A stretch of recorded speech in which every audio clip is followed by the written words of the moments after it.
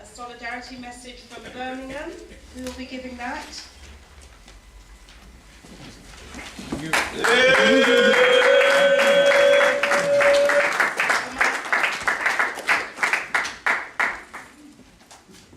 Yeah, I'm going to disappoint you because there's no formality between me, behind me being here today. Right? Yeah.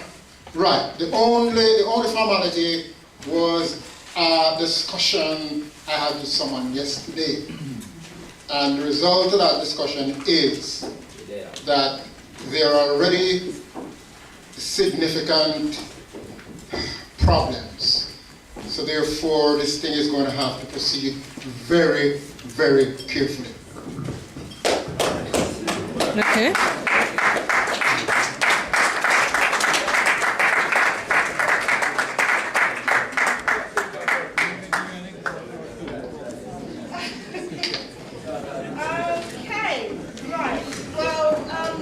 Without knowing what those problems are, which really we cannot go into at this stage, then we'll just have to keep a watching brief on that one.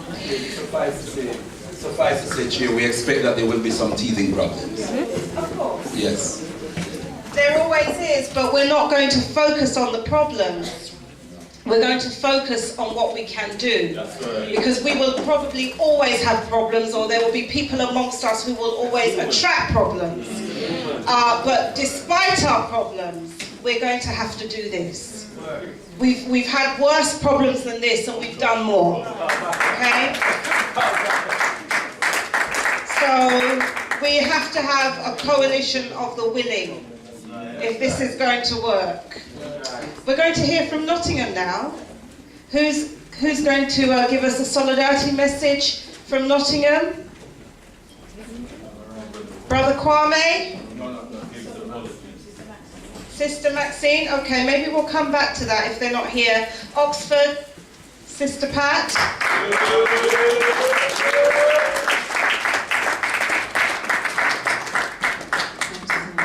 Greetings, sisters and brothers.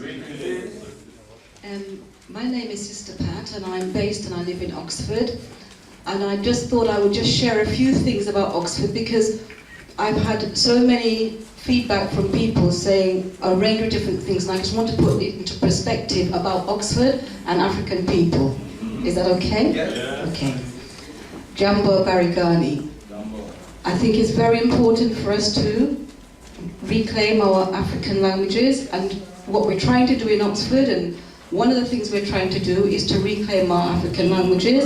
And some of us, when we send our emails, when we greet each other, we say Jambo Barigani, and we say whatever we say. And I think it's very important for us to be able to say those things. So as I said, my name is Sister Pat, and I'm based and I live in Oxford. Now, even this evening, somebody said to me, Oxford's in the country. Well, it's actually 60 miles away. There are two very positive coach companies that travel Oxford to London. One of them travels 365 days a year. So it's down the road. Basically, when I get on that coach, I shut my eyes, and before I know it, I'm in Oxford. It's not that far at all. It's about an hour's journey, depending on which part of London. It's not far at all. Because many people have a concept that, you live in Oxford, there's black people in Oxford. Yes, there are African people living in Oxford, and has been for generations. And we are in the process of researching our ancestors, and when they came in the whatever century, how many centuries ago, we were in the process of acknowledging and researching our ancestors. Now, I'm here representing a newly formed organisation that was a couple of years old, called the African People's Community Action Group. And basically that is a network of different African organisations based in Oxford. And part of what we're trying to do is the Beyond Black History Month. So we call it African History Month, but it's called Beyond Black History Month. And we're in the process of putting together that programme. And when it is available, I will let you all have copies and send information out.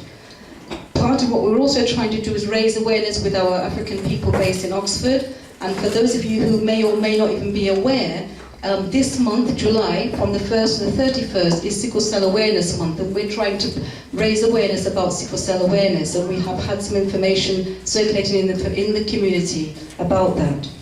Part of what in Oxford, we don't have an African centre as such, so we're having to create spaces for ourselves. And on a Wednesday, an organization called AKI has started a group called, it's not a group, it's an event every Wednesday called Taste of the Tropics. And what happens is that food is available, people can come along, sit down for the afternoon and talk about things, and we have information and so on and so forth. So if any of you are ever in Oxford on a Wednesday, Taste of the Tropics, come along, we'd love to see you. It's at East Oxford Community Centre on the Cowley Road. Now, on the 17th of August, which is the Honourable Marcus Messiah Garvey's birthday, Earth Day, we are looking to... Absolutely. Yes. We are looking to hold an event to signify that day, and it is a Wednesday, and so we will be signifying that on that particular day.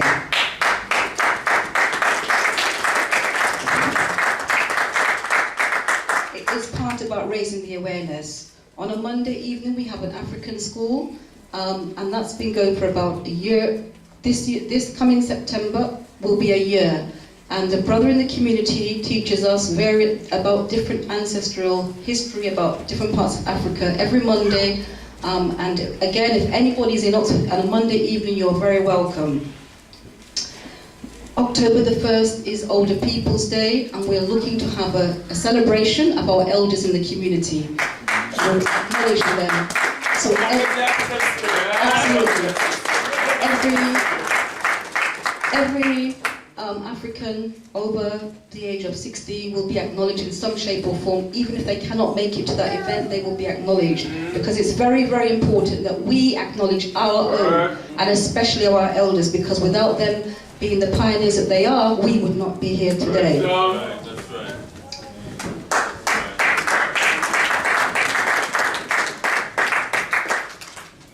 So as I said, I'm here representing the African People's Community Action Group. We've just started meeting back again after having an absence of meetings, but certainly on the next agenda, we will put this on the agenda, and I will feedback from this meeting, and when we give another solidarity message, it will come directly from the representative from the meeting. So I just wanted to just share a few issues about Oxford, because people have different ideas about it. There are African people in Oxford. We are doing great things. We're hoping to share that with you, and we look forward to welcoming you to Oxford one day soon. Asante sana. Asante sana.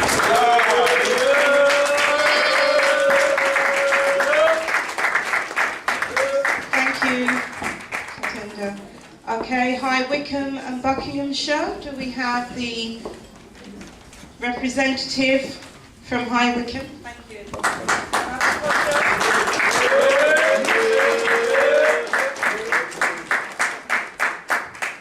Greetings to the African family and greetings to the elders.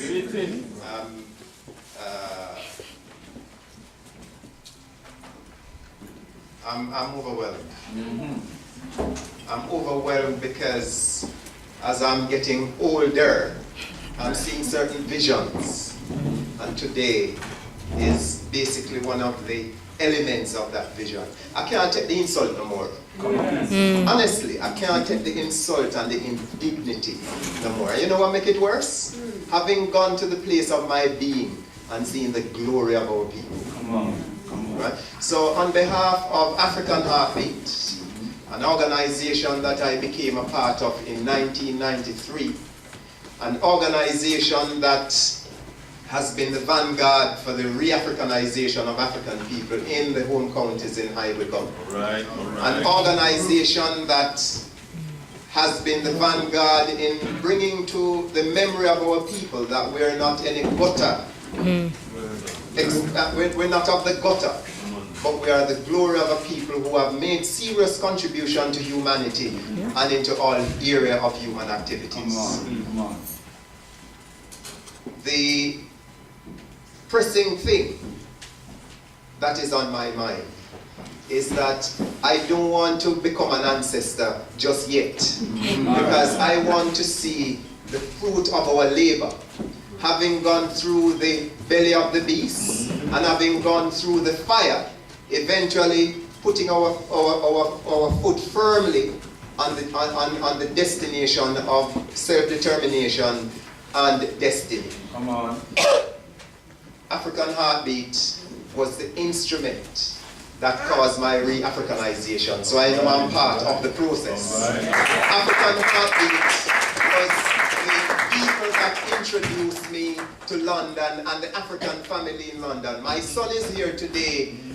He's been coming down to London from he was 3 years old. He was 18 on the 1st of January.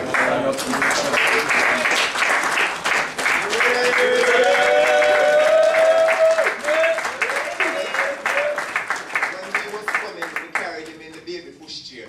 Now he's walking on his own. And I do hope that as he walks on his own, that it will be the voice of Mutsumu Mukuru, Right? Nana Num, and Somanfo, the great ancestors. Two things I'm balancing on this evening, and one of them is the quotation from Osajifo, Kwame Nkrumah, when he said that the balkanization of the continent of Africa, whether regional or local, will be the only means by which the Europeans will continue to exploit our land and its resources, and therefore the lack of our development as a people. And you mean chopping up, Balkanization, the chopping up, where we become defined by nation states and not by a nation or as a people. The other one was Sarkozy. Sarkozy declared that the future of the world is Africa. This is what Sarkozy declared. He said the future of the world is Africa. Now I'm certain he wasn't thinking about me when he said that.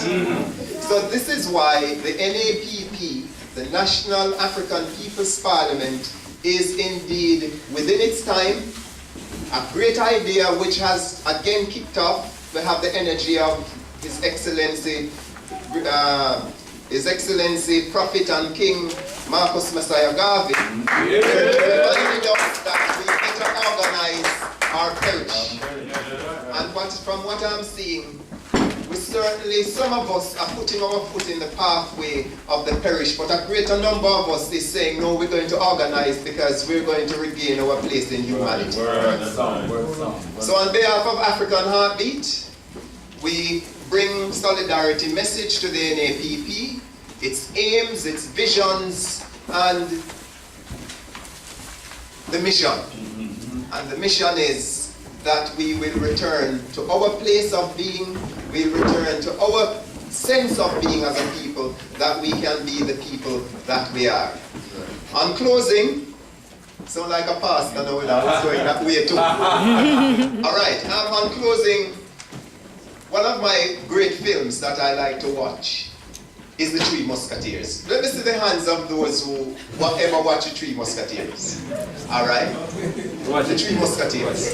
The most important part of The Three Musketeers is the ending of it for me.